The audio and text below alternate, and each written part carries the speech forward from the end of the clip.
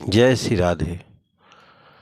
आज मैं जो बताने जा रहा हूँ वो बड़ा ही महत्वपूर्ण सब्जेक्ट है, विषय है। सरयू नदी को श्राप।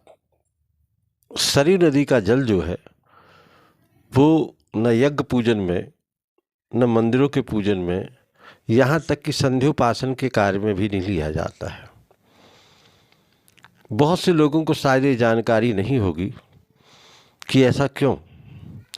ऐसा इसलिए है क्योंकि श्री रामचंद्र जी ने जब वहाँ पर समाधि ली जल में, सरयू नदी में, और तमाम सारी अयोध्या जो है उसमें समाधिस्थ हो गई, उस समय भगवान शिव को कोप आ गया और भगवान शिव ने सरयू नदी को श्राप दे दिया। कहा, हे सरयू, तुम्हारा जल यज्ञादि कार्य में नहीं होगा, आचमन करने का फल नहीं मिलेगा। कोई इस पर स्नान भी करेगा तो स्नान करने का उसको पाप लगेगा। मंदिरों में, यज्ञादि कार्यों में तथा जलाभिषेक में, इन सभी कार्यों में आए आपका जल कभी कोई नहीं लेगा। यदि ऐसा कोई करता भी है तो उसको पाप ही लगेगा। तब सरयू नदी जो है भगवान भोलेनाथ के चरणों में आ गई और कहा, हे स्वामी, ये जो कुछ भी हुआ है इसमें केवल विधि का विधान है, इसमें मेरा तनिक भी अपराध नहीं है।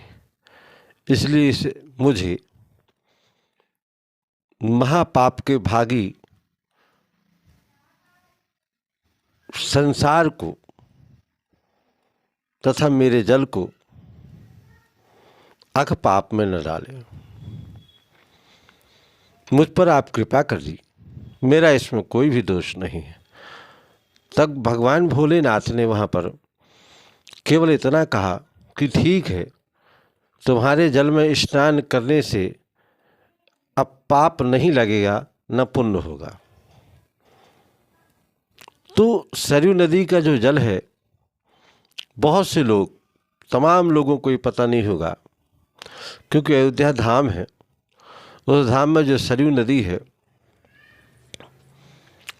वो बड़ी पवित्र, हिमालय से निकलती हुई उत्तर भारत को जाती हुई बड़ी सुंदर नदी है। और इस नदी में इसके पूर्व जो है यज्ञादि करने से पुण्य मिलता था, संध्योपासन किया जाता था। परंतु जिस वक्त से भगवान भोलेनाथ के द्वारा ये अयोध्या में सरयू नदी श्रापित हुई है, उस समय से जो लोग जानते हैं वो उसके जल में आचमन और से स्नान वगैरह, यज्ञादि के लिए जल, यहाँ तक कि प्राण प्रतिष्ठा के लिए जो जल 7 नदियों का मंगाया जाता, उसमें इस सरयू नदी का जल जो है नहीं लिया जाता। अन्य बाकी सभी नदियों का जल मंगवाया जाता है।